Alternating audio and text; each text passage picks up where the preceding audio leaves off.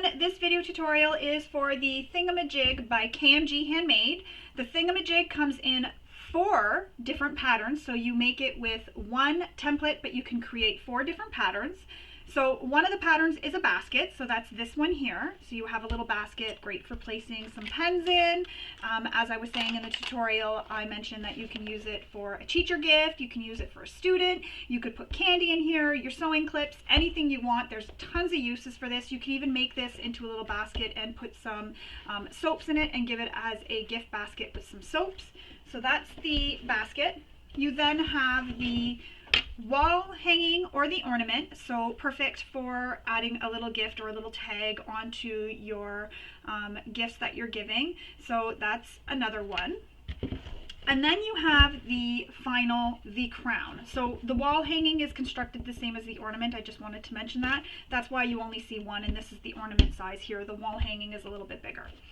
Then we have the crown. I mean, how fun is that? That's just so awesome. You could make this for dress up. You can make this for somebody's birthday. You want them to wear the birthday crown. You could make this for New Year's Eve for a big celebration like that. Or even like Kristen had mentioned, family photos, and you can all take a family photo, you know, with a crown. Anything you really want. This crown is super fun, super cute. I mean, who wouldn't love that? So we have the 4 patterns, that is them, and again, the wall hanging is just slightly bigger than your ornament, and you can even attach this ornament and use it as a gift tag, and then when you're giving out gifts, you'll know whose gift is whose because you'll have a special ornament with that gift, and you don't have to write on the gift bag or box or whatever who it's for because you'll know because of the gift tag. You will, however, have to keep a note, probably in your phone, on whose tag is whose. So these are really fun sews. I mean, I enjoyed sewing these. It's kind of like chips for me. I want to make more. Like, I want to make more ornaments. I want to make more of these baskets. It comes together so incredibly fast. It's just an amazing and a genius design that she did this, that she was able to take it from an ornament to a basket, to a wall hanging, to a crown. I mean, you get these 4 great patterns out of one template. That's awesome. And they're really fun to make with so many uses. I mean, you may not use the crown as much, but the basket is very useful. Like I said, in your bathroom for toiletries, anything, it's awesome. My son uses baskets like these in his room, and he puts his wallet, when he takes all his stuff out of his pocket, he puts it inside. It's awesome. It's perfect. You can really have fun with these. You don't have to use the heart cutout. You can do any applique you want, embroidery, fussy cut a panel. These can be made from vinyl or quilting cotton. However, I don't recommend making the ornament out of vinyl. It's really hard to turn. I had a really hard time, so quilting cotton would probably be your best bet. For this, adding vinyl, you could do vinyl on both sides if you wanted, but the way I instruct to turn the crown would be the way I would do it if you're using all vinyl on your basket. So there they are. We are going to sew these all up. I'm going to walk you through all the steps of making these, and I'll share some tips and tricks as we go along the way, and again, some extra little information about these as we're sewing. So let's get started making our thingamajigs. So the very first thing you'll want to do is read through the entire pattern. There is a lot of information in this pattern because there are 4 different patterns in this one pattern. So you have a crown, a basket, a wall hanging, and an ornament. So you'll want to decide which one you're going to make and then cut your fabric and pattern pieces accordingly. Once you have everything cut and prepped, you're ready to get started. Just wanted to note that I film all my tutorials like a sew along, so I don't give away any information such as showing pattern pieces, show rulers, give measurements. So you'll need to have your pattern open beside you, either printed or on another device, or even on the same device that you're watching this video. You'll just minimize the size of the screen, and then you can have your pattern open on one side and the video open on the other side, kind of like a picture-in-picture or screen-in-screen sort of thing. That's how I do it when I'm filming. I have my pattern open and I can see the little video recording in the corner because I never know when it's going to cut out, so I just have that just in case.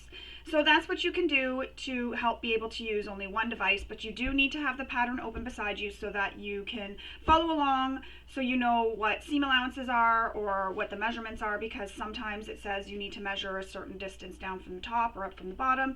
So you'll want to have your pattern open so you can refer to that and know what the measurements are. Now we are ready to get sewing. The first one we are going to make is going to be the basket. So here's all my pieces for the basket.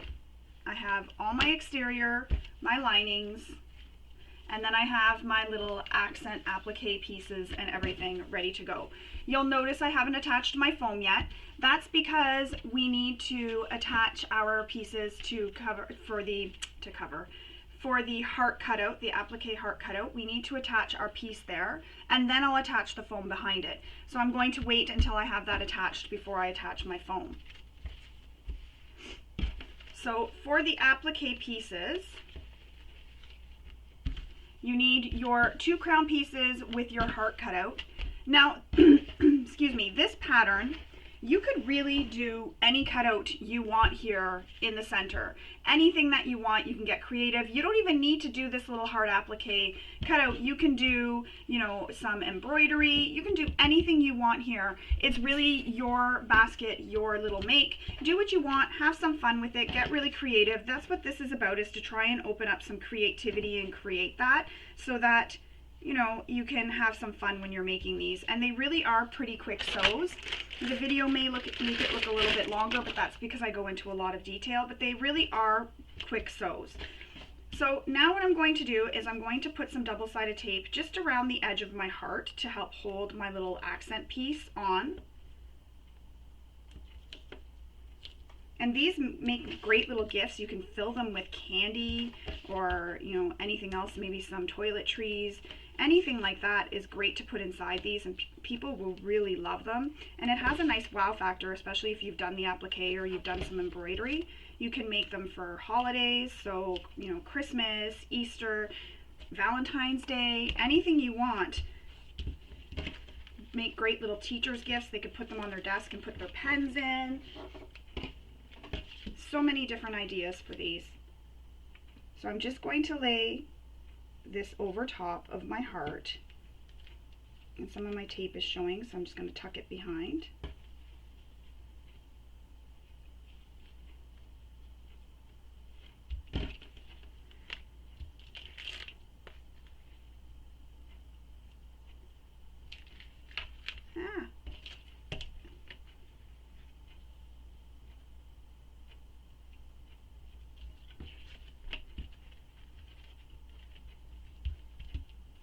And I'm going to repeat that for the second one. So I have the second one here.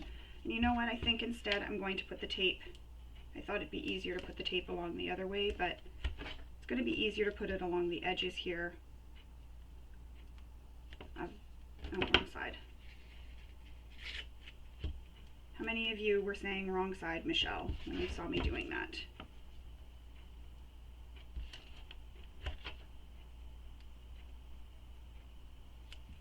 And for my double-sided tape, you may be wondering what I'm doing with it when I'm starting. What I do is I have this piece, I fold the end back onto itself so it sticks to itself, and then I take the backing and I just peel it back up to where that fold is.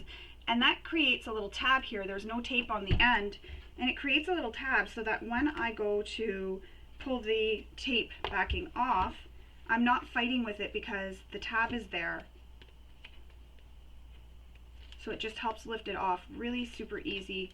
No fighting with it. Nothing.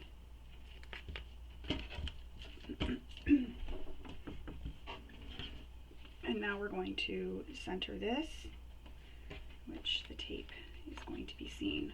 So maybe it was better to put it around.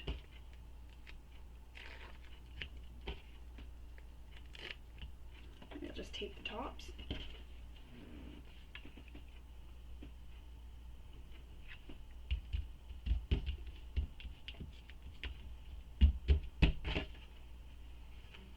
It's really hard because you've got to get this centered.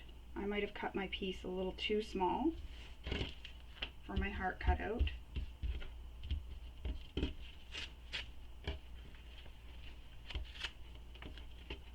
You know what?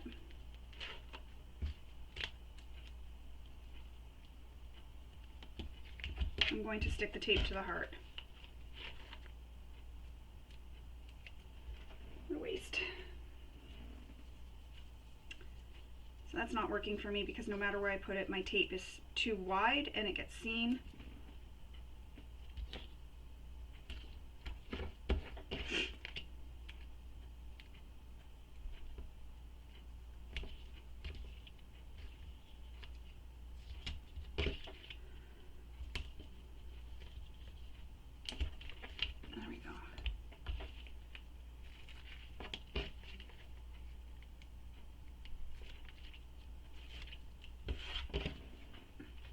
try this again.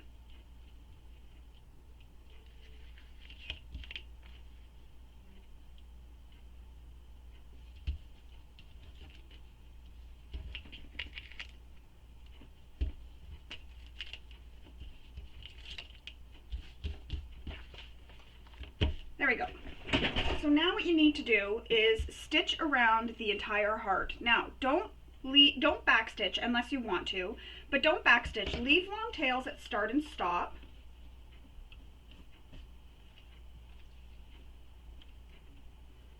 And then we will pull them through to the back and tie them off.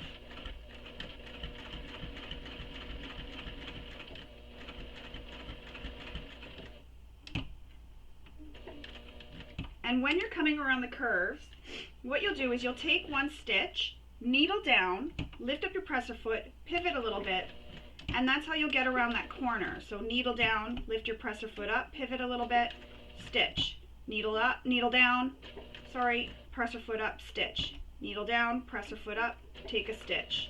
And you'll just keep doing that all the way around. So it's going to be slow going, but it'll be worth it when you're done.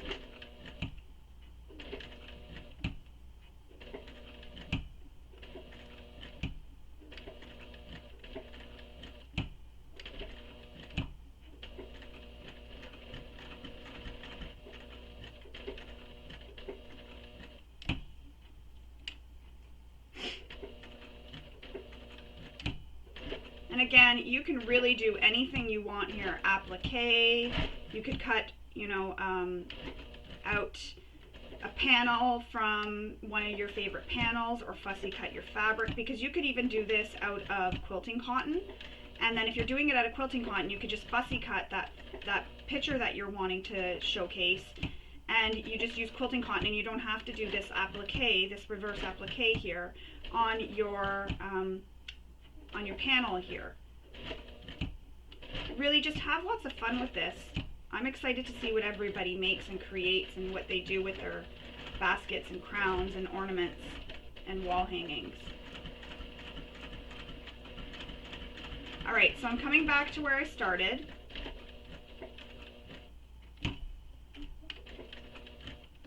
I'm going to leave long tails, pull them through to the back, and all you got to do is just pull on the back thread, and that creates a little loop.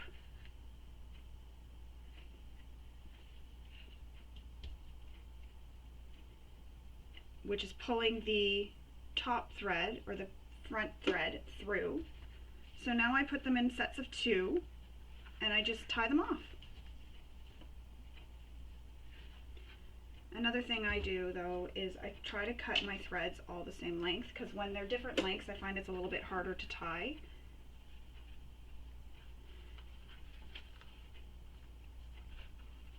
And for this I do recommend using a thread that matches the color of your fabric you're using or material you're using, just because if your stitching isn't perfect you won't see it as much.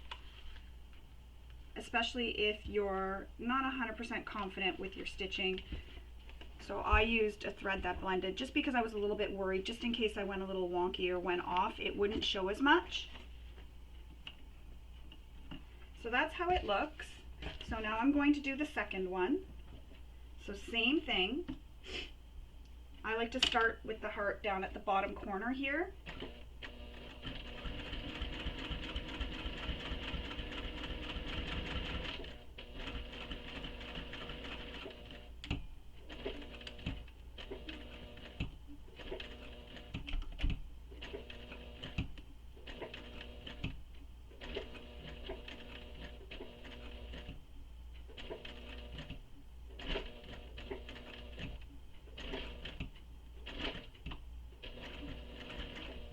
This is probably one of the longer parts of making this pattern, is doing this.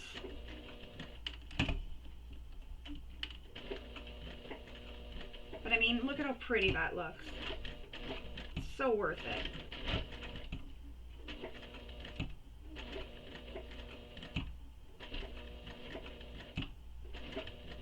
Another thing you could do depending on the material you're using, is use a clover choco to draw your seam allowance here that you're stitching onto there, and then the clover choco just dusts off after. So you just stitch right on top of that clover choco mark that you made and just dust it off when you're done.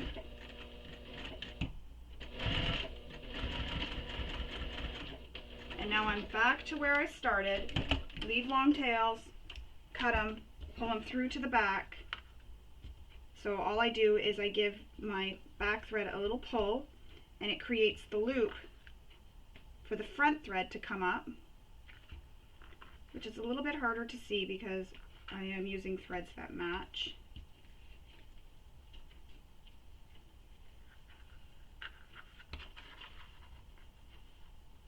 Let's go under here.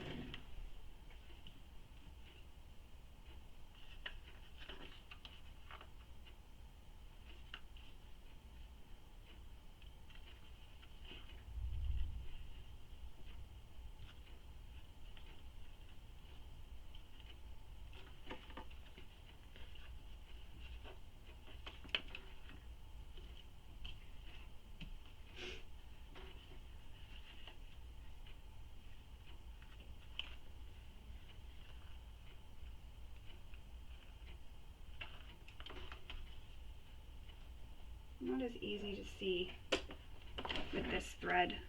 All right, they're all the same length, which is great. So tie them off, and you can use your seam ripper, the end of your seam ripper, to pull them through too. I just used the sharp end of my scissors, or whatever tool I have nearby that I can get in there to pull the threads.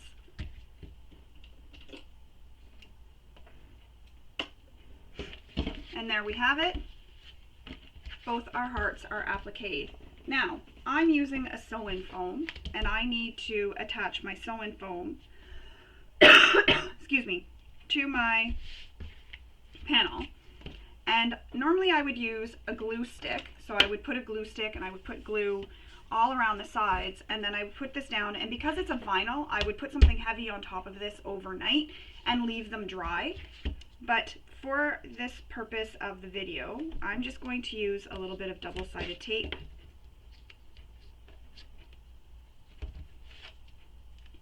Just to help stick it down.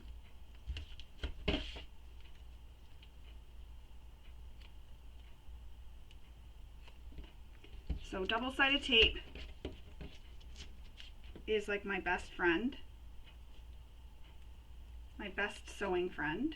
I use it a lot, but I try to also conserve it and use glue sticks wherever I can, because I'm sure, as you all know, double-sided tape is not cheap.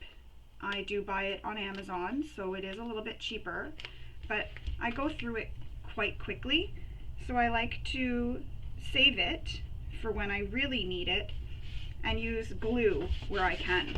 So that's how it looks once I get the foam attached. So I'm going to go off camera so you don't have to sit there and watch me do the rest. And I'm going to attach the foam to all my other pieces, including my base, so that I'm ready to go when I come back on camera and we're ready to finish sewing our basket.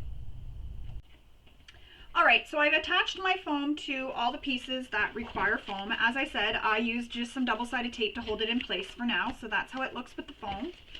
Now we need to add the applique to the sides. So we've done this one with the cutout. Now we're going to take these hearts. So I had cut them out of the silver, and I decided I didn't want to do silver on silver. I wanted to do red on silver, so I used the red vinyl, and I cut out my little hearts out of the red vinyl.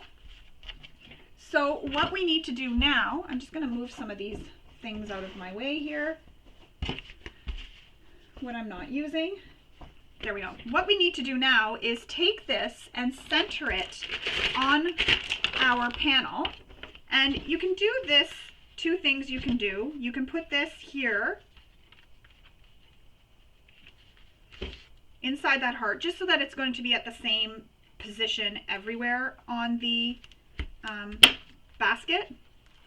So some double-sided tape, line up your bottom edges, line up all your edges, and then just push down, and that'll stick it in place so it's at the same level. You don't have to do that if you don't want to. That's just a little trick I'm using to get these stuck on at the same spot all the way around. And again, if you don't want to add the hearts and you just want to, do a plain one, you totally could. Doing a plain one, you could do this out of all quilting cotton because you're not cutting anything. It's so funny because when I look at this shape, when you turn it, it kind of like messes up with your eyes. So I'm going to make T on all of these. It is on the other piece. There we go.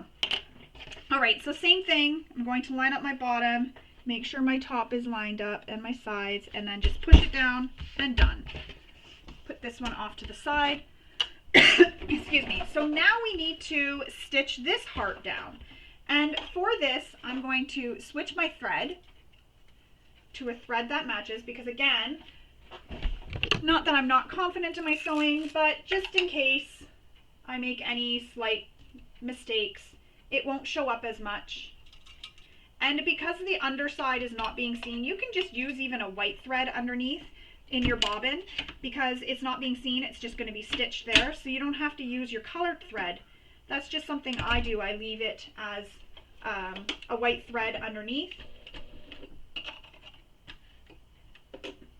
So leave long tails. Do the same thing we did with the other one. Leave long tails. I'm just going to find that other tail. Where'd it go?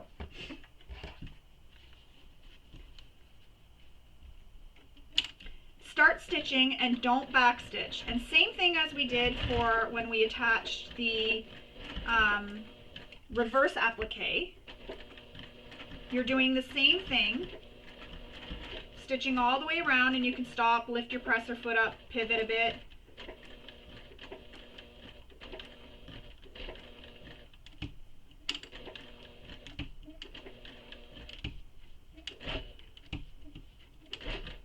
You could even do a zigzag stitch if you have a zigzag stitch machine. You could do a zigzag stitch here to stitch it on. And the one thing I forgot to mention is there is foam that you're going to put between the heart and your piece, and that'll kind of make the heart puff up. Kristen really thought of everything for this design just to really make it super fun and super unique. And I really like it. As I said, these are really quick sews. Great for craft markets or if you need a quick gift. And it really makes a nice statement piece because, it looks like, depending on the material you use, it looks like something super fancy, something that you took a lot of time to make, yet you got it whipped up in no time at all. It's not really the amount of time, it's the thought that counts, really. And this would be perfect, like I said, to give away as a gift. You could fill it up with some candy or anything else you want to give as a gift. With Christmas coming, you could, put a few little treats inside it, and then maybe, you're giving this to somebody, say somebody who, needs some socks or something. You could put socks in the basket. You could put some, maybe some mitts or something inside.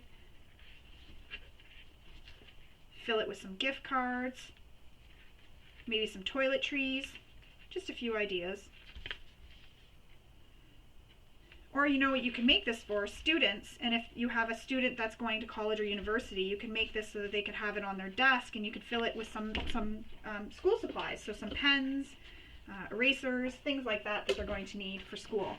So there's that one stitched on. Oh, there's a piece of thread there somehow that came through. So that's how that looks when it's stitched on. Now I'm going to stitch the other side. And I am making another one here, and I'm going to show you as well, right here. So I cut out a diamond instead of the heart so that I could have a diamond instead. So that's what I was saying. You could really have fun and use any shape you want. It doesn't have to be the heart.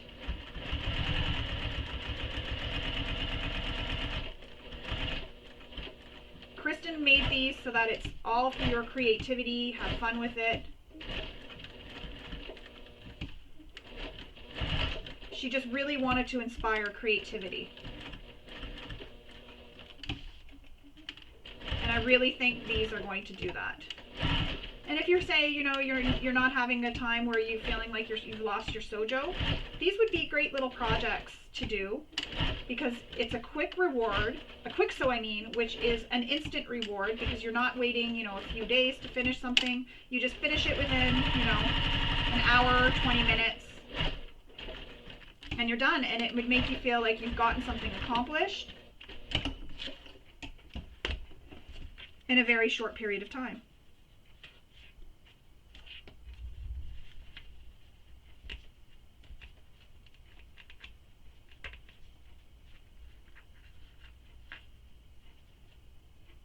And that's really stuck.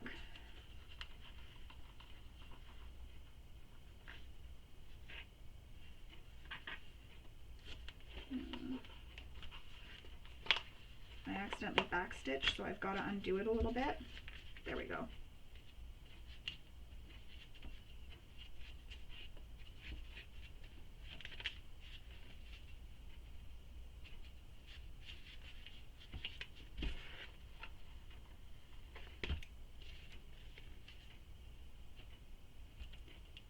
Going to need to get my, oops.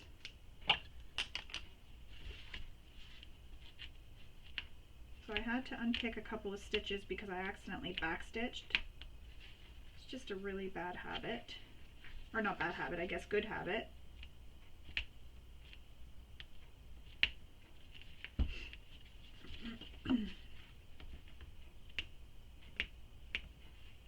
Backstitching is a good habit to have.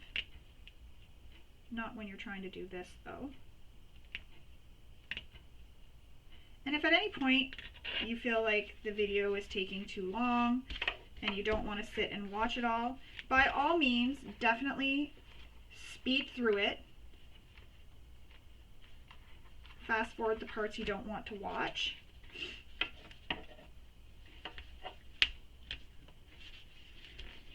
I just ripped one of the threads. I think it's the one that's backstitched though. There we go.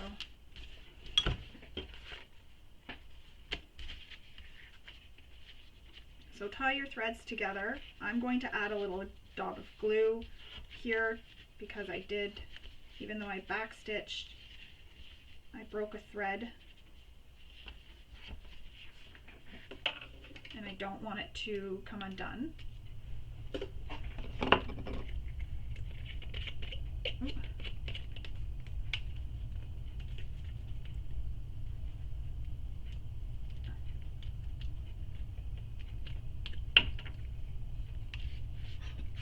So I'm just going to add a little bit of glue here, and then this will be the last panel I work on so that it has time to dry.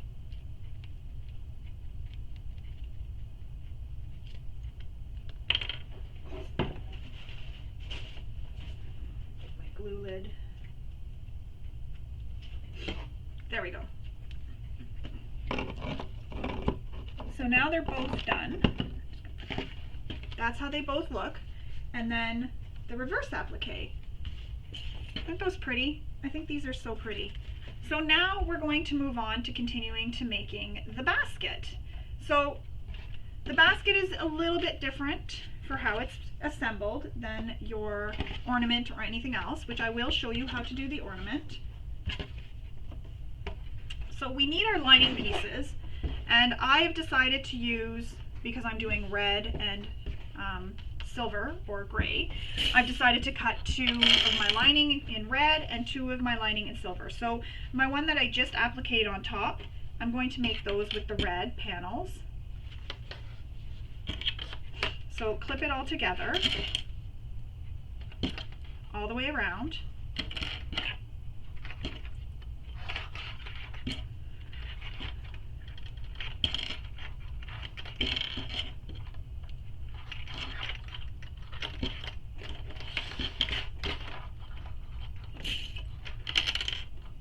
So what I'm going to do is I'm going to show you what we do for this one, then I'll go off camera and I will sew the other ones. So you need to sew all these edges. However, you need to leave an opening for turning right sides out. So you need to leave an opening in the bottom. So you can go ahead and make some marks for where you're going to start and stop. And you should have drawn your seam allowance on your piece, so you can just follow along the seam allowance or stitch right beside your interfacing, whatever you've chosen to use. So when you're stitching, you're going to stitch up, back stitch, then turn and stitch to this corner, and then turn again, stitch up this side, turn again, and go all the way back. When you come back down here, you're going to stitch here, then you're going to turn and sew off, but don't forget to back stitch. And that's the same thing we've done for other projects that you may have seen me do. We sew off and then come up. And that just helps make the turning hole easier to make when you go to turn it. I got to switch my thread back.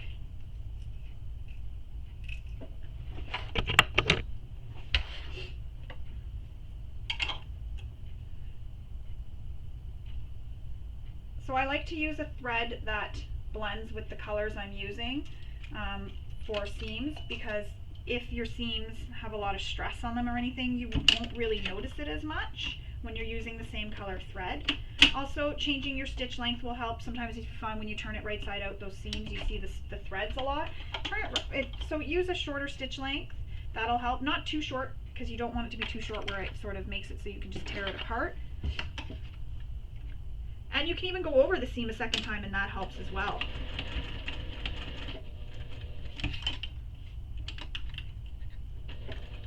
And so when I get in a corner, I like to back stitch in that corner.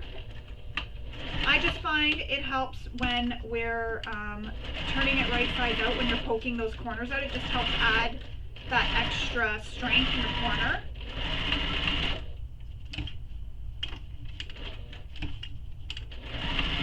And when I turn a corner, I always check my measurements to make sure that I'm staying within the seam allowance.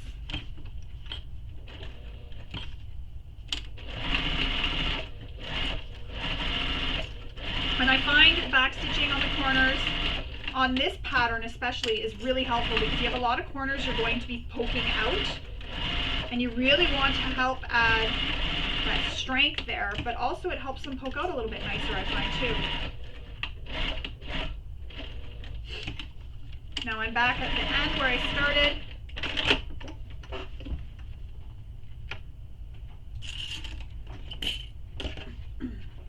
So I don't know if it's easy to see, but you can see I stitched up here, back stitched, went across, pivoted, went up here, around, around, around, back here. When I got to here, I stitched down and stitched off and back stitched.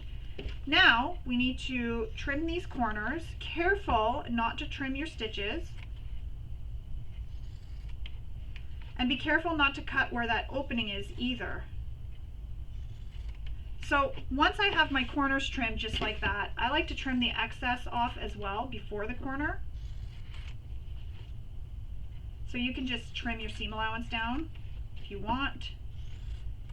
Just depends on the size of the pattern you're making. If you have more seam allowance, so this is a very small amount between, so there's really no point. And then here too, where the turning hole is,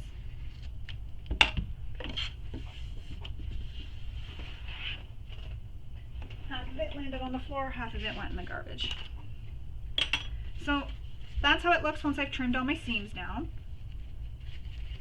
Now we need to carefully turn this right sides out.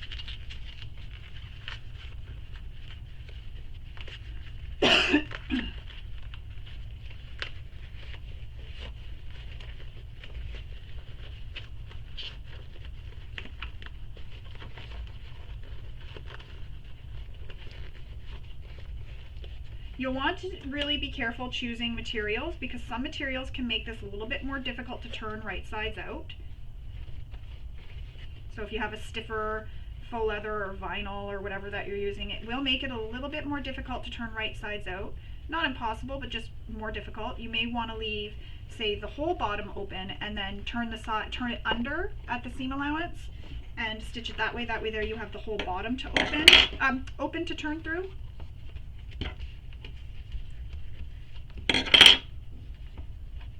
And my foam is lifting up in the corner there, so I'm just running my turning tool through all of the sides.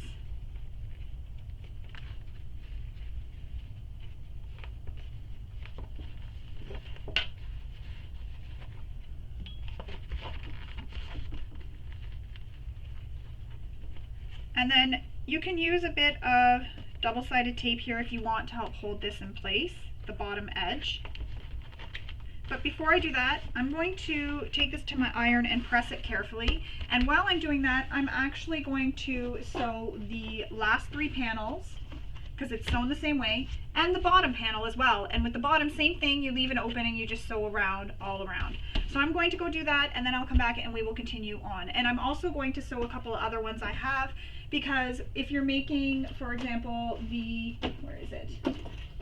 The crown, the instructions are fairly similar. If you're making the ornament, you'll sew your sides all the same way that we just did, except for the ornament, you're not sewing your bottom. You're leaving the bottom completely open. So you'll sew up one side, across the top, across the other top, and back down, and leave your bottom open. For the bottom, do not sew that. When we get to making the ornament, I will show you how to make the bottom. So for your ornament, just sew the sides across the top and leave your bottom open. And then we will continue on from there. So again, ornament, you're just going to place them together. Sew up one side, up across the top, across the other side of the top, and back down. Same for the wall hanging. So ornament and wall hanging, you leave the whole bottom open. Do not stitch the bottom panel together, leave that till the end. If you're making the basket, sew all your sides the way I showed you, and sew your bottom, leaving a turning hole. If you're making the crown, sew all the sides the way I showed you, and then we will continue on and I will show you what to do. So I'm going to pause this, go do that, and come back, and all my pieces will be sewn together, and I'll show you how to assemble everything. So before we go any further with sewing my sides of all my panels, I wanted to show you that you do need to put a ribbon if you're making a wall hanging or an ornament. You need a ribbon, and their measurements are given in the pattern for that. So what we're going to do is we're going to make a loop. You take it and you bring it so you get a little loop. So the right side of my right, in my right hand, is going to touch the wrong side on my left hand.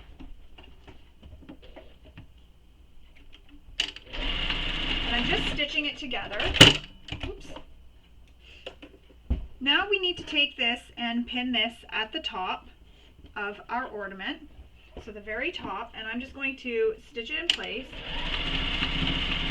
And when I trim my seam allowance, I will avoid trimming the seam allowance as much here so that I can keep that ribbon long, and I'll just take my time really poking out that corner. So now I'm just going to put these 2 pieces right sides together, and then I will stitch all the way around my ornament, leaving the bottom open for turning right sides out. So we're going to stitch up the side, around the top, and back down the other side, just like we did for the basket or the crown or the wall hanging, if that's what you're making. But with the crown, if you use a stiffer material, so I'll show you one of my panels here, it's a bit stiffer. I left my whole bottom open, and then what I'm going to do is I'm going to then take this after, and I'm going to use some double-sided tape, and I'm going to tape it back onto itself so that my seam allowance is folded under now. And that's how I'll fix that, so that I don't have that raw edge, because this would have been too hard to turn if I just left a small turning gap, because the material is a bit stiffer. So there's that. So I'm going to go sew that and then finish pressing and doing everything and come back and we will continue on. Okay, so now that we have these all pressed, as best I could, because as I mentioned, I did use a vinyl, I am going to note, if you're planning on using a vinyl for the ornament, it's going to be very tricky. So I did sew mine just so that we can, excuse me, get right to this. I didn't figure I needed to show you the sewing when I get to assembling the ornament. However, if you're sewing this with vinyl, it's going to be extremely tricky to turn these right sides out, for the simple fact that you don't have a very big opening in the bottom here. So I definitely recommend using a quilting cotton only for the ornaments. That way there you don't have to worry about fighting it too hard. And the foam, I wouldn't have the foam in the center here. Maybe insert your foam after, so that you're not really fighting with that as well to turn it, especially if you're like me and you have a hard time with your hands. It's going to be a little bit tricky to turn it right sides out, because again, that is a very small hole. So what I would do is insert your foam after you have it turned right side out.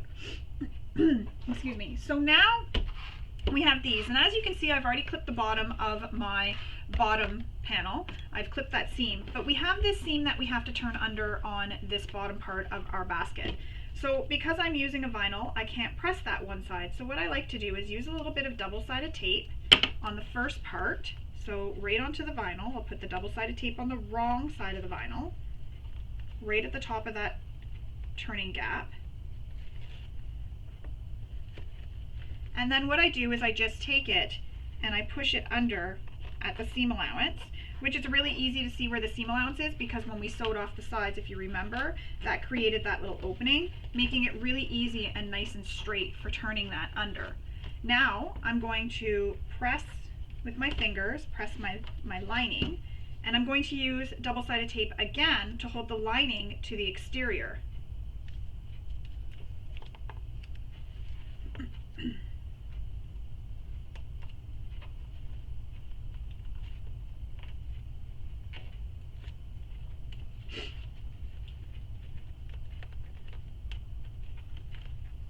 Just like that. And if you have to reposition it, now's the time.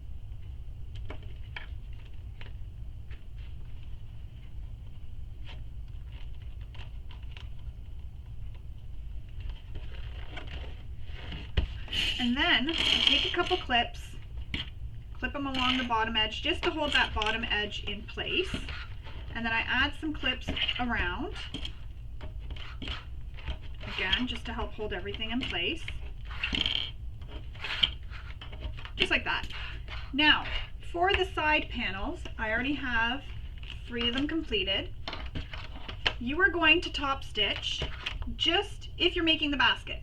You're going to top stitch up the one top and down this top. You're not stitching the sides or the bottom, just the tops. So that's what we're going to do right now. So I like to leave long tails, and I do back stitch because the back stitching will be hidden in the seam when we create the basket. So back stitch, and the reason for long tails is I just find it's easier to trim them off close to the material. Stop when you get to the corner, lift your presser foot and pivot your material.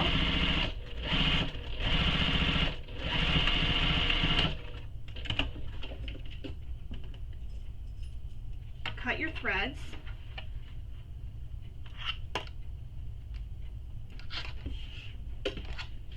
And we've top stitched, we'll say, the roof. That's what it looks like when you look at this, I think of a house. So that's how they all look, and I've kept the sides clipped just to help hold it for now, to keep it flat. For the base, we need to, after we've turned it right side out, same way, you're going to put your seam allowance in. We need to top stitch around all 4 edges of the base.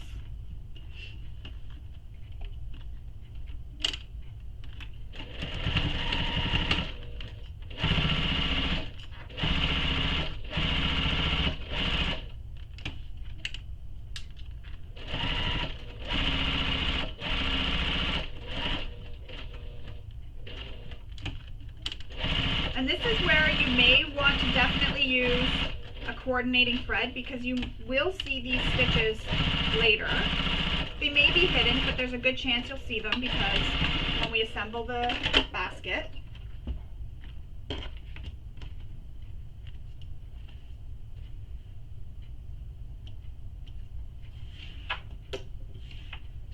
And then there's our base. So they are all top stitched where they need to be. I'm not showing the ornament. I'm going to finish with the basket and then we will continue on and I will show you the other one. But again, I figured for the sides we could get those all sewn together all at one time, so no matter what one of these you're making, it's pretty much the same method for sewing. So I figured do them all now, get it over with, and then it's just a matter of skipping through and getting the rest done.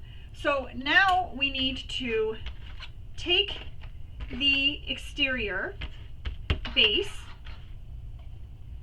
and now before I continue, this is what we need to do here.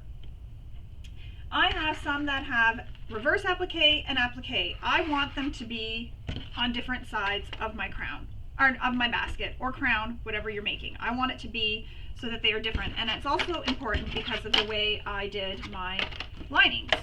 So I'm going to lay it out like this first and make sure I like that. I mean, if you want to put 2 and 2 together, you can. This is your choice, but this is where you get to kind of play with how it's going to look when it's completed.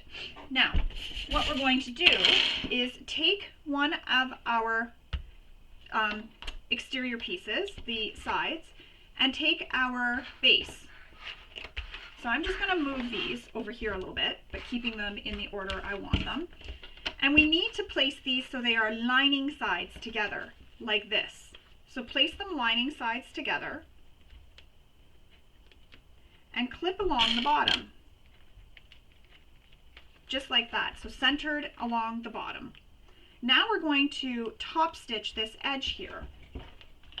And this is where choosing your fabrics is very important because it is a bit bulky.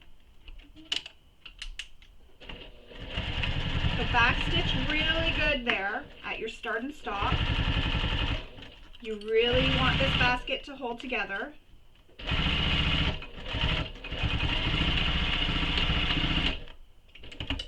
And I'm going to leave long threads just because it'll be easier to see. And it is, to me, important to use a matching thread again. Your choice if you don't, but I just feel that the stitches won't show up as much as they would if you were using a contrasting thread. However, if you want to make it very fun and you want to use a contrasting thread, by all means, go ahead, use your contrasting thread. This is your basket, your project. You make it the way you want it. So we have the first one attached. There's one.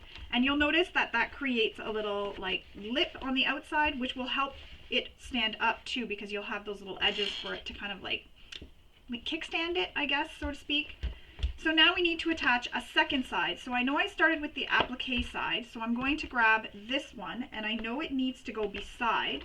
So I'm going to lay this so it's right sides up, then grab them so they go lining sides together. Excuse me. And again, I'm going to center this on my panel.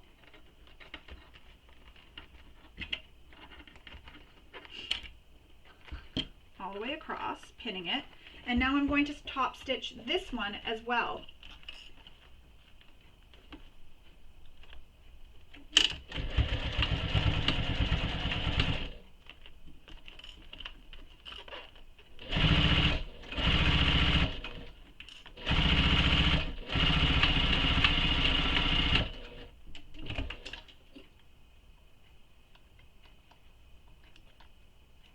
Trimming all my threads. And as I go, I'm just kind of giving it a press too to help it form to where I want it to go. But you're already starting to see our basket come together. I'm super excited. Now, I can do it from this side because now I know I'm rotating colors, they're going opposite. So I know I need a gray now to go on the opposite side and beside the red. So I'm going to place it again, lining sides together and centered.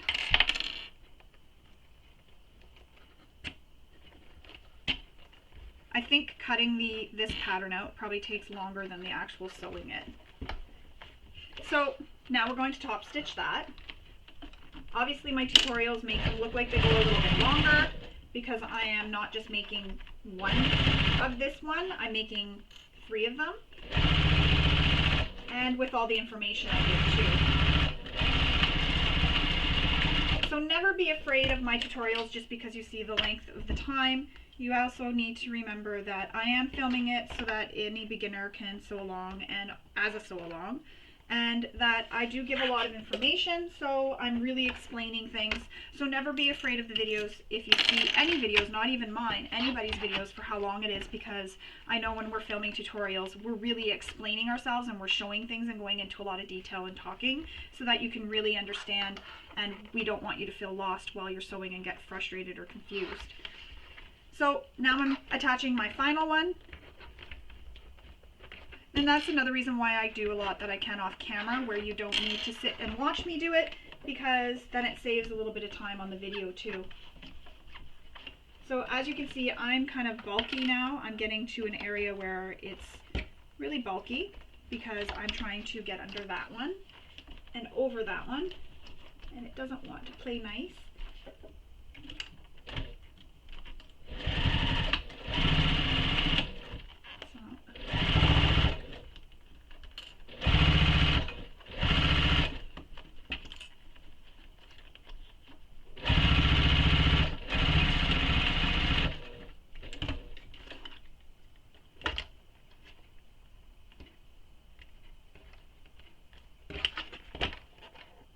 loving how this is looking so far.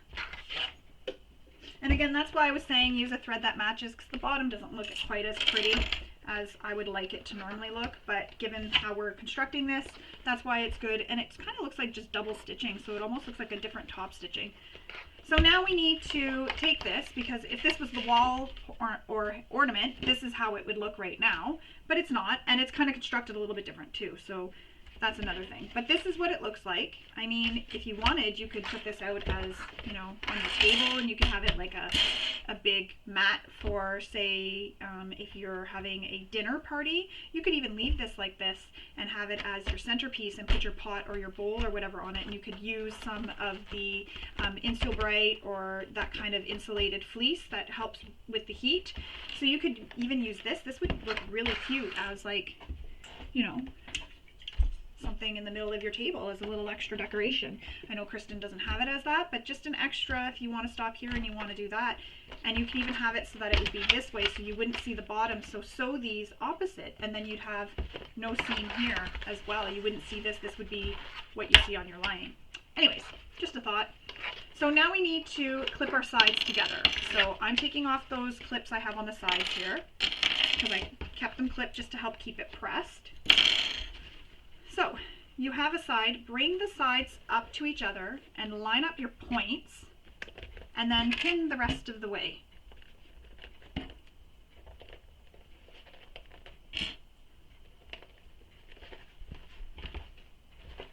So don't be afraid to squish your piece like this, because you will get it back into shape. We're going to sew this stopping right when we reach the bottom. And don't be afraid, as I said, to flatten that piece.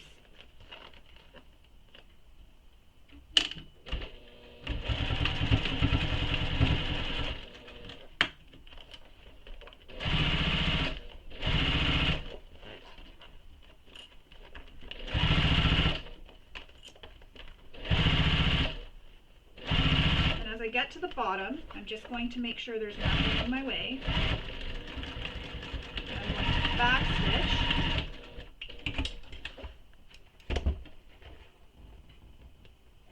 cut my threads,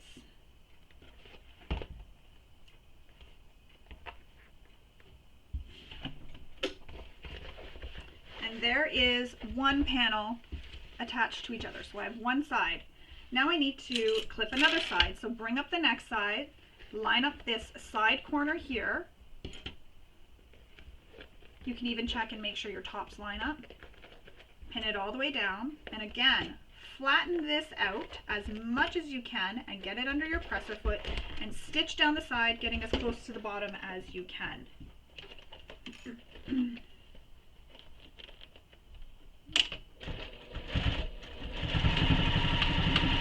And I'm really making sure to back stitch,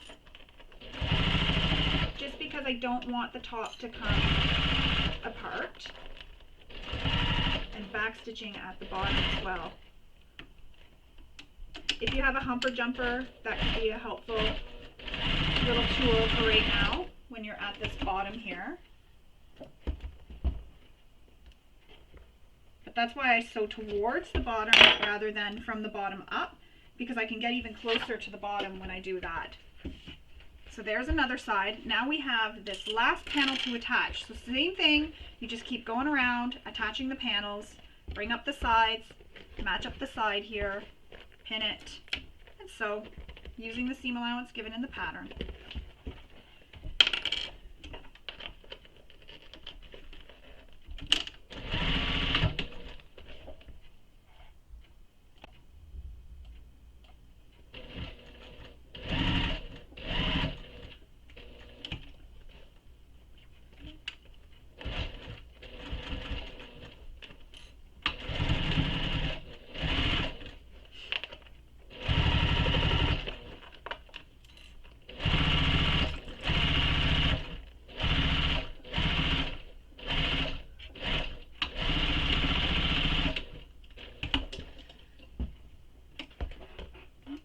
And now we just have the one last side to attach together to create the full basket, and then we are done our basket.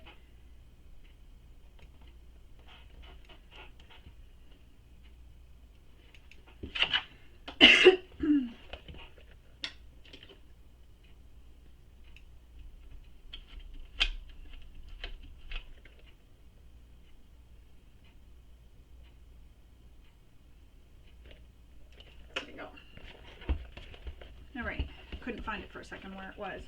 So now I'm just going to clip again, and then I will sew this last side. So as you can see, this is how our basket is looking.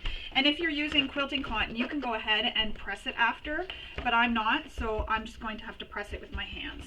So I'm going to stitch that final side closed.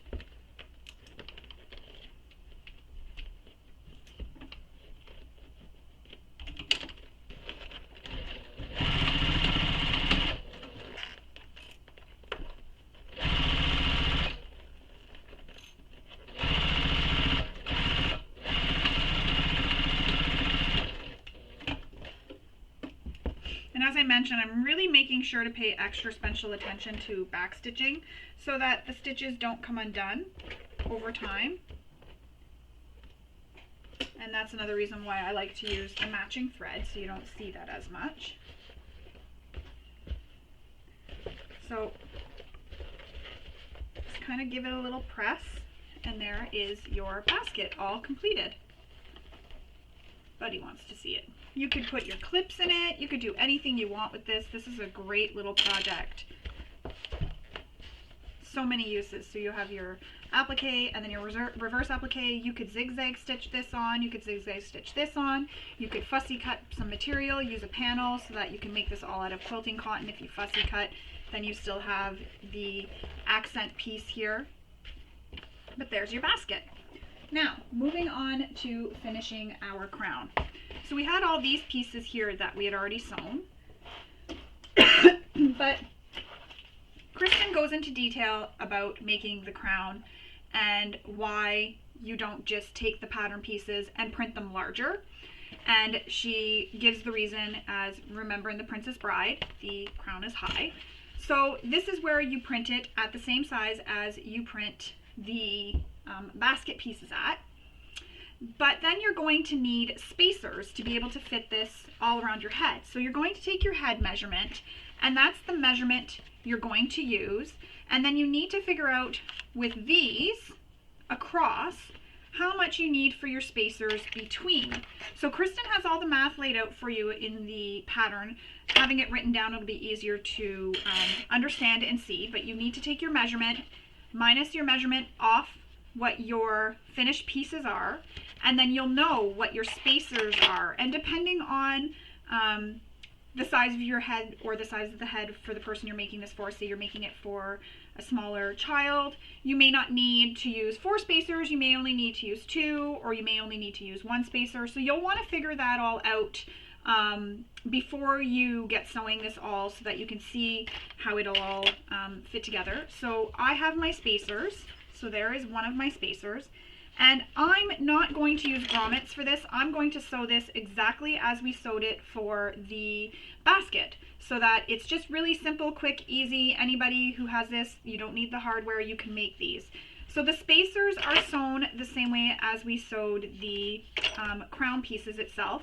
So what I did was I left an opening in the side, so it was a little bit longer, easier to turn, left an opening and sewed all the way around.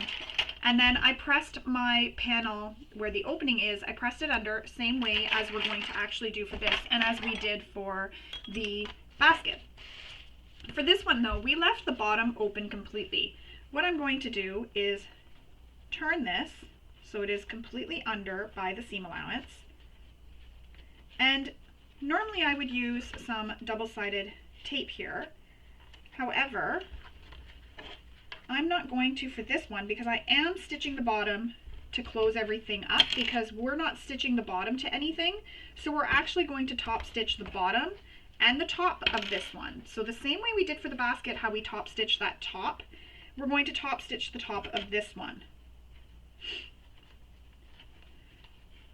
So I'm just lining up my exterior and lining, and I'm putting them together just like that, folding them together so I get a nice crisp seam there.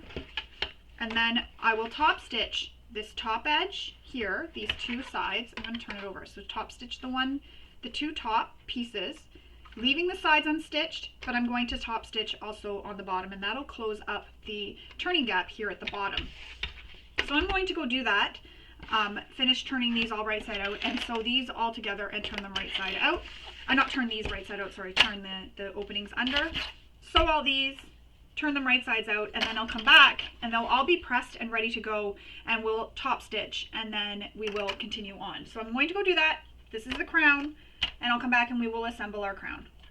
Okay, so I've gotten all of them pressed under, all of the side panels and my extenders, except for this one, because I wanted to show you how I do that before we top stitch.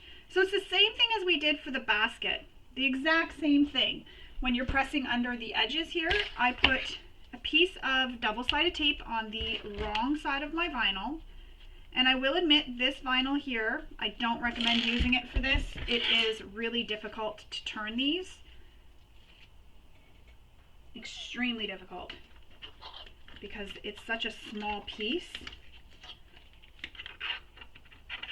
So because we sewed off the edge of our fabric, we can find the seam allowance easy.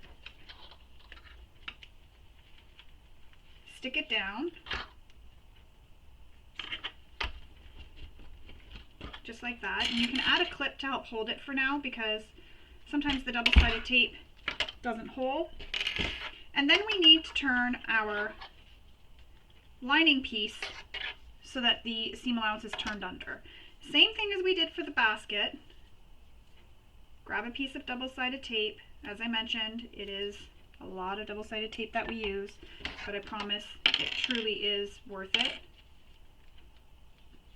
to get a really nice finished ornament, basket, crown, whatever it is that you're making. And then we will press that seam allowance so that they line up with the edge of the exterior. And this will feel a bit fiddly, but it's doable, as you just saw. Just take your time. I always say take your time, but then it looks like I'm rushing because I feel bad when these video tutorials go really long.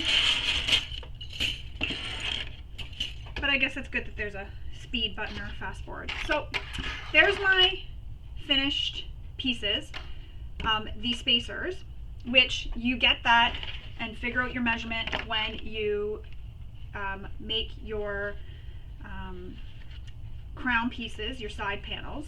So now we're going to top stitch the top edge and the bottom edge of these panels, and just the top edges of our spacers. So I'll show you how to do that.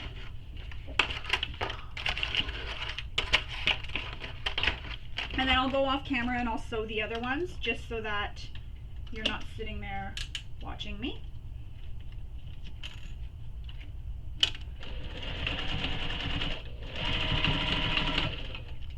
So back stitching at start and stop.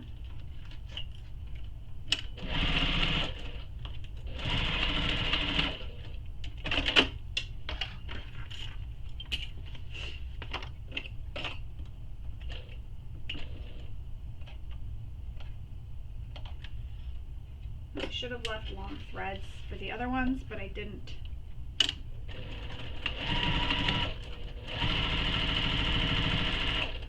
So you come up to the corner, pivot, go back down. Again, we're not top stitching the sides, just the tops, same thing we did for the basket, except for now we need to stitch our bottom, because that's not going to be stitched to anything when we're finished.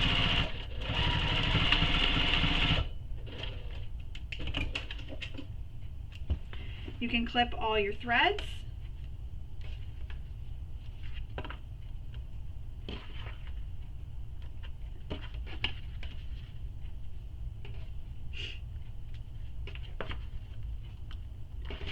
There's one done. One of my spacers complete. Oops.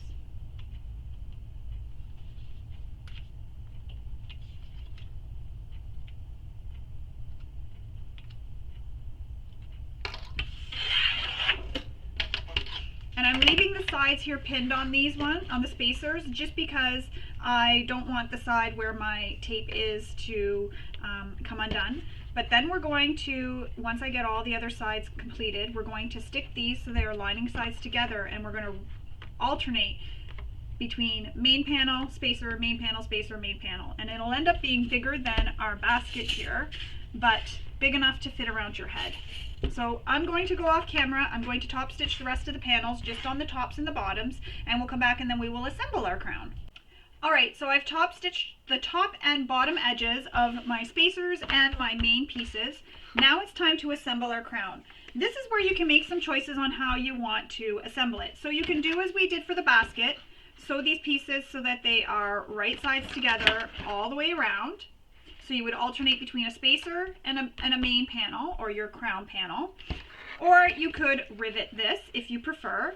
Or you could also add grommets and then sew or lace it up with a ribbon or whatever you choose. For this video tutorial, so that it can be made by anybody, I am going to just sew this. That way there we're not using any fancy hardware or anything like that. And we're just sewing this. Super easy to do. So it's going to be assembled the same way we assembled our basket. So lining side of a spacer against the lining side of the crown. And you're going to just sew up that side, and don't forget to back stitch at start and stop, especially because this is going to be worn on a head. You really want to make sure those stitches are locked in.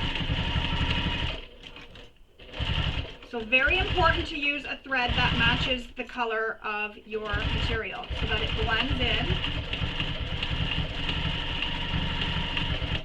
And I really paid attention to those edges there, the tops and the bottom, as you just saw. And when I'm done, I'm going to go back through and just make sure I clipped all my threads to make sure that there is no threads. Now we need to attach the second spacer to the second panel. So find where the bottom is and where the top is, line them up.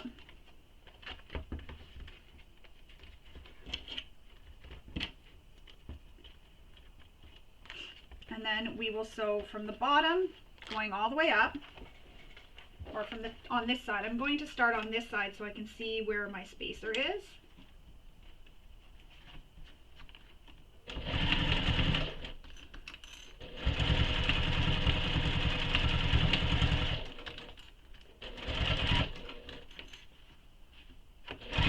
And if you have to make an adjustment and move your panels over a bit so they stay lined up, go ahead and do that.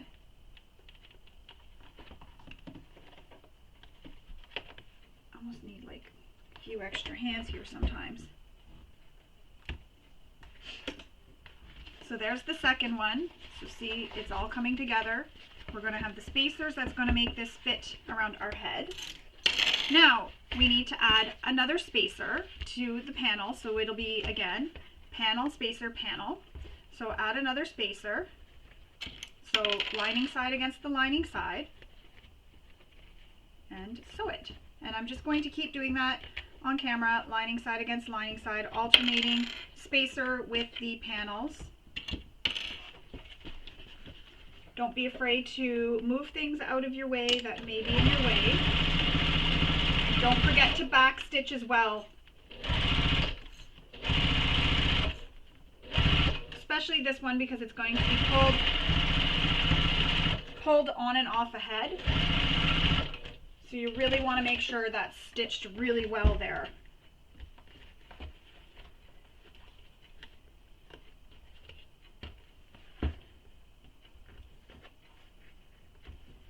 If you're making a costume for somebody, or this is for, you know, you could add this for the crown to make it royalty. If you're celebrating a birthday, you can make a crown for the birthday person. Anything you really want. This is a really super cute, useful little gift. Great for dress up.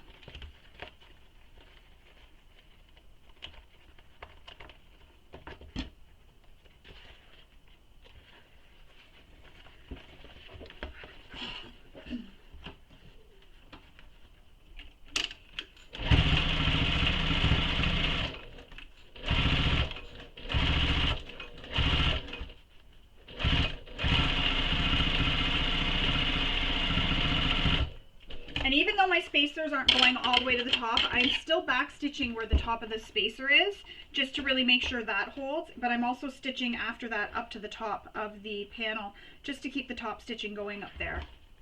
You could stop at the top of your spacer, I'm just choosing to do that. So we have 2 spacers, 3 panels. See, if you were stopping here, that's how the crown would look if you were just stopping there. I need to add another spacer to the side. And if you're using directional fabric, you'll really want to pay attention to where the print is.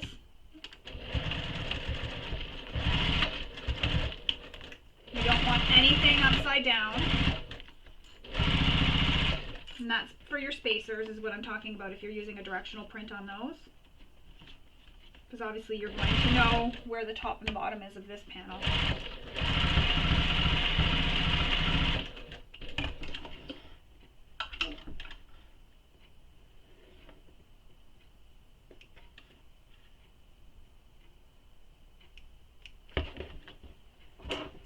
Went wonky there.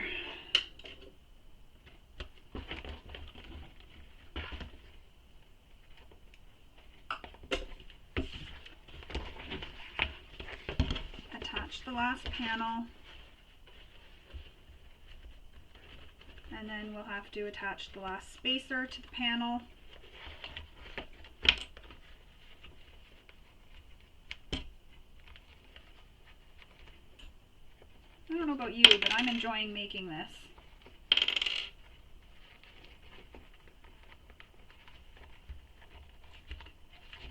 Just fixing my spacer a little bit because I tucked that under too much.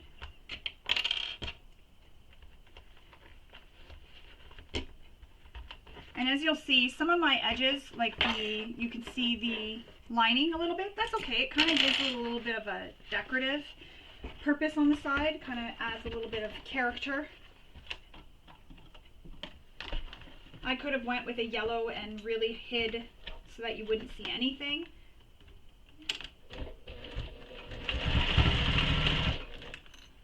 But I wanted it to be sort of fun inside.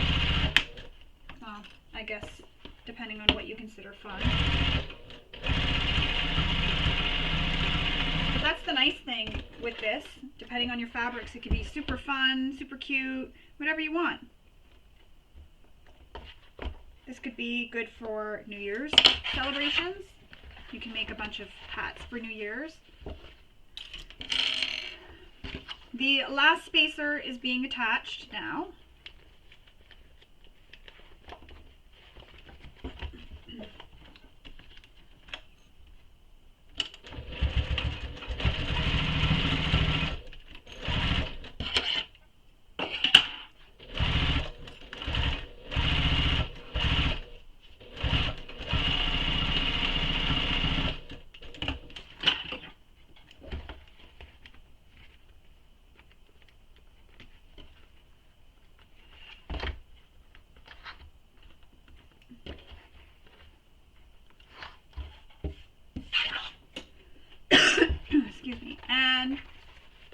Last side of the spacer being attached to the final side of the crown.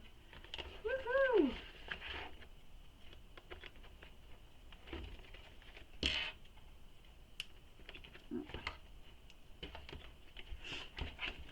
So we will stitch this .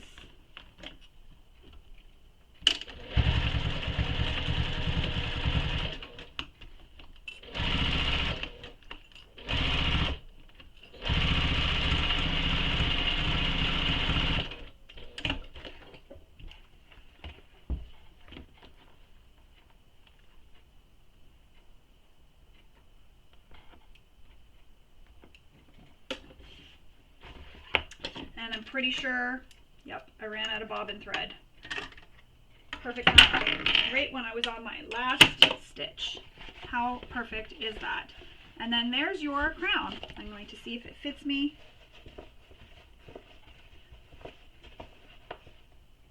So now we have our little crown. I can't really show you on camera, but that's the crown there. I'll probably have my daughter model and I'll take pictures of it on her head. So that's the crown there. That's how it looks with the little spacers and everything in between, and you have your crown. So we have made a basket and we've made a crown. Something about this, I don't know if anybody or everybody watching this will understand, but something about this reminds me of She-Ra, that cartoon that used to be on in the 80s. It reminds me of that, and I loved She-Ra. So there's my crown. All done. I know it's kind of squarish looking, but when you put it on, it sort of helps round it out a bit. So there's the crown. Now we're going to put this one to the side as well and move on to the ornament. Alright, so moving on to our ornament. As I was saying, I didn't do the ornament yet, so I've changed my thread so I have thread that matches for my ornament.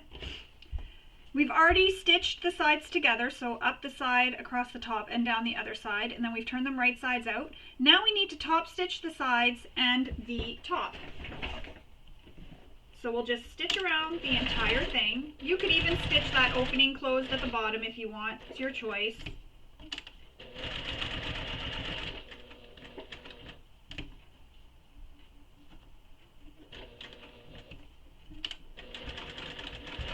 And the one with my ribbon, it's not really a perfect point. It's kind of, you know, gone off on a curve because of that ribbon being there. But when I'm stitching, I'm still stitching it so that it comes up to a little point.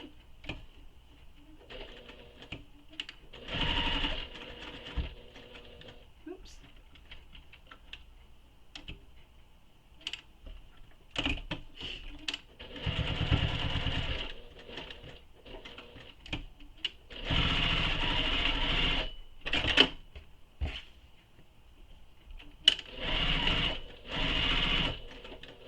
So I'm just stitching the sides, the tops of all the ornaments, the ornament pieces, just on these panel A pieces.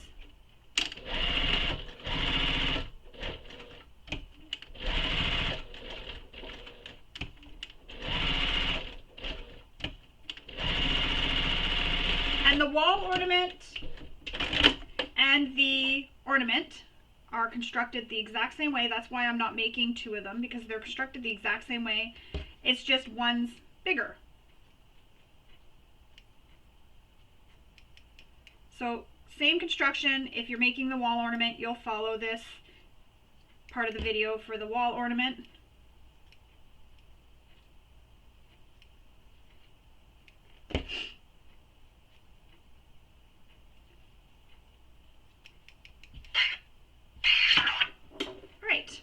So they're all top stitched now. So I'm going to put those to the side for now. Now we need to deal with the base. And as I was mentioning earlier, the base is not sewn right sides together and then turned out. This is actually constructed a little bit different. So you could use some glue and glue your sides down. So you're going to press it in at the seam allowance given in the pattern, all four sides. But you also want to snip these corners. So I don't know if you could see that, how it's snipped on the edge. And the reason for that is that helps reduce the bulk there in the seam. If you have it so that they overlap, you will not see that bulk there in the seam. So you could use some double-sided tape to help hold these down. However, I'm just going to add a little bit just to help hold it in place so that they're turned even though I pressed it.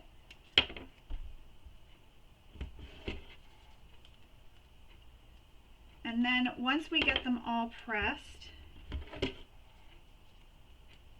we will begin attaching our side panel A pieces.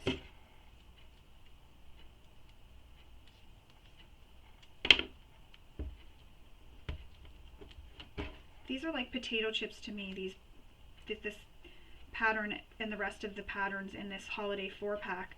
It's like, I can't just have one, I want them all, and I want to make them over and over and over again, because I'm just having so much fun with them.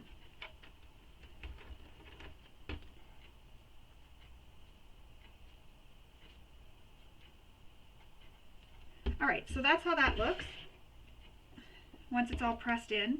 You can Really press your edges if you want. You can add if you're worried about your edges fraying there, because we cut those corners. Oh, this fray stop again did that to me. You can add a little bit of fray stop and push them in.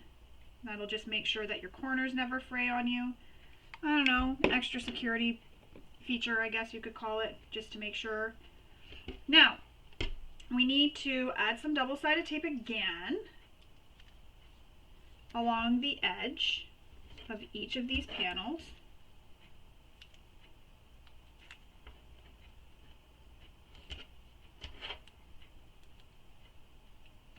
So right along the edge, so that each panel can stick to the base.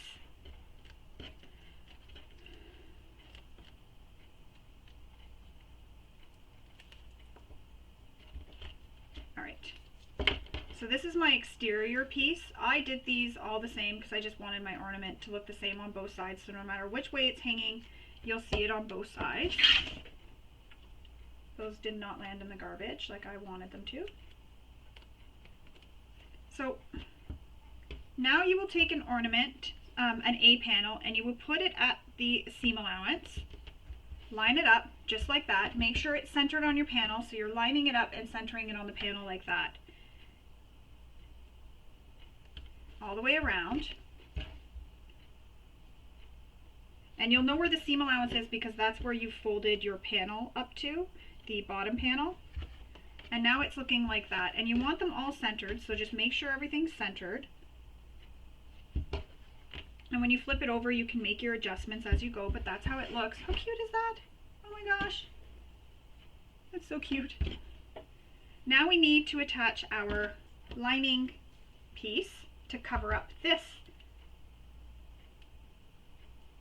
So again, with the double-sided tape. I'm telling you, this stuff is my best friend. My best sewing friend.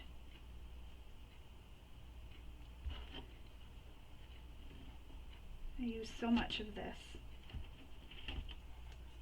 I'm only going to use 2 pieces of tape. I'm just going to make sure that everything lines up so that when I'm stitching, it all stitches through everything. And I mean, look how cute that is and how quick it's coming together. Now we just have to top stitch around that edge. Simple, easy peasy. Kristen made a brilliant little ornament, little design.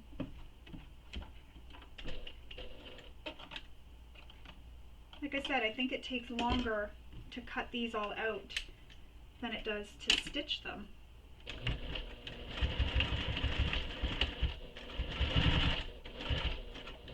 You could even make these for gifts and put them on like a little tag so you know whose is whose. Like, you know, somebody gets the deer, you know that they're deers, instead of having a name tag on it. Good for gift exchanges. There's a little tag and a little ornament at the same time.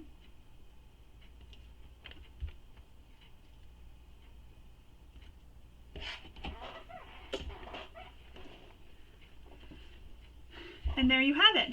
Your little ornament is done, and you can even go along if you want. I'm going to do another row of stitching, just a, you know, slight little bit away from the other one, just to sort of give a second row of stitching. And then what I'm going to do is I'm going to make like an X in the middle. Let's see how that looks, and then I'll decide. No, I think I'll leave it. I won't do the X in the middle, but you could stitch an X in the middle. You could stitch a heart in the middle. If you really wanted to, you could go stitch a heart.